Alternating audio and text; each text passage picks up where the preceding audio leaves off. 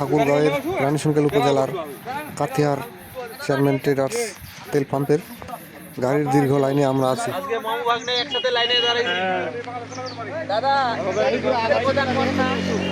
সেই সকালে আসছি না খেয়ে, ঘুম থেকে উঠে চোখ ঘুষটাতে সেই লোহাগাড়া থেকে আসছি। এখনো সিরিয়াল হবে 350। আদৌ তেল পাবো কিনা সন্দেহ। এমনি শারীরিক অসুস্থ, বুঝছেন? আমার তো আরো তো 2200 গাড়ি আছে। আমি না বলে এরা কিভাবে হবে?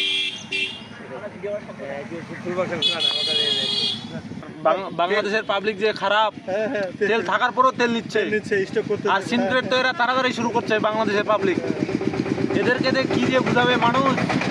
আর এদের শিক্ষা হবে না মনে জন্মের মতো। এইভাবে একের পর এক মানুষ দাঁড়িয়ে আছে সারা রাস্তায়, সারা রাত, সারাদিন।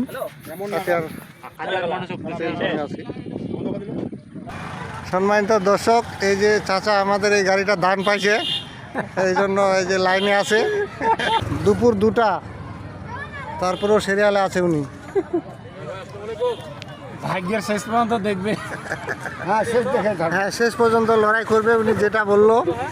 এইভাবে লাইনে দাঁড়িয়ে থাকার পরও তেল পাচ্ছে না মানুষ।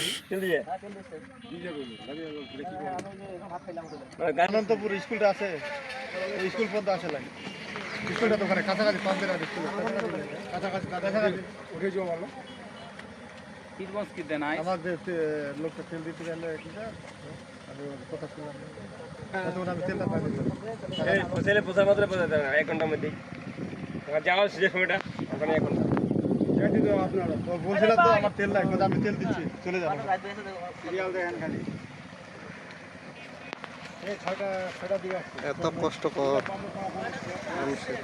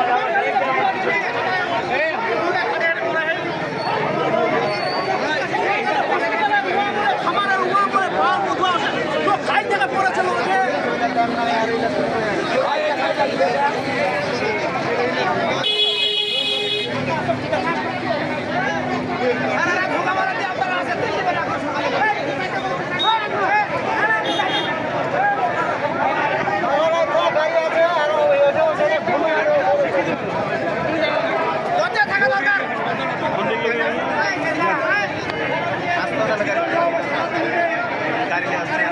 গ্যাসটা বাইরে দিলে হ্যাঁ বাইরে দিলে আর অবশ্যই হবে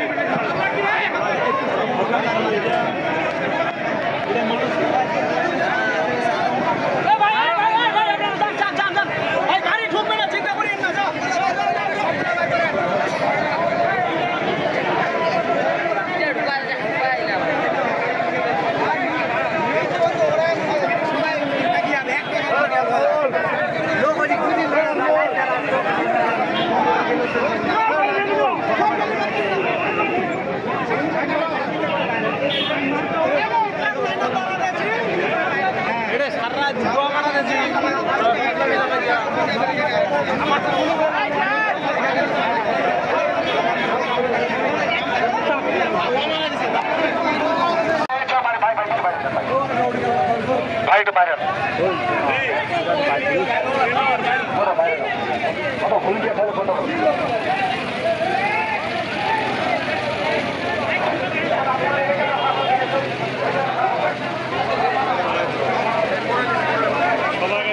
বেশি বেশি করে দিলে একটা ছেলে পাবে আরে চেঙ্গি ফুল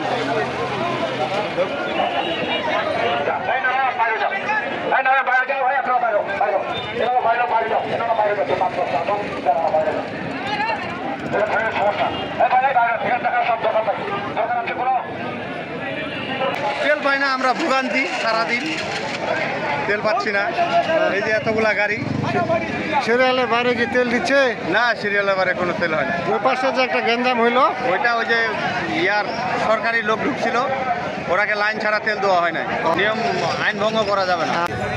আপনি যে এত গ্যাঞ্জামের মধ্যে তেল নিতে আসছেন, আপনার অনুভূতিটা কেমন বলেন তো? অনেক অনেক ভালো আমার অনুভূতি। সেরালে আছি, এখনো তেল পাই নাই আমরা। ভোর 6টার দিক, ভোর 6টা থেকে এখন বিকাল 4:30 বাজে। আপনি এখনো আছি আমি। আপনি খুশি তো? আমি অনেক খুশি। এই যে দেখেন, অনেক মানুষ খুশিতে লাইন ধরে আছে।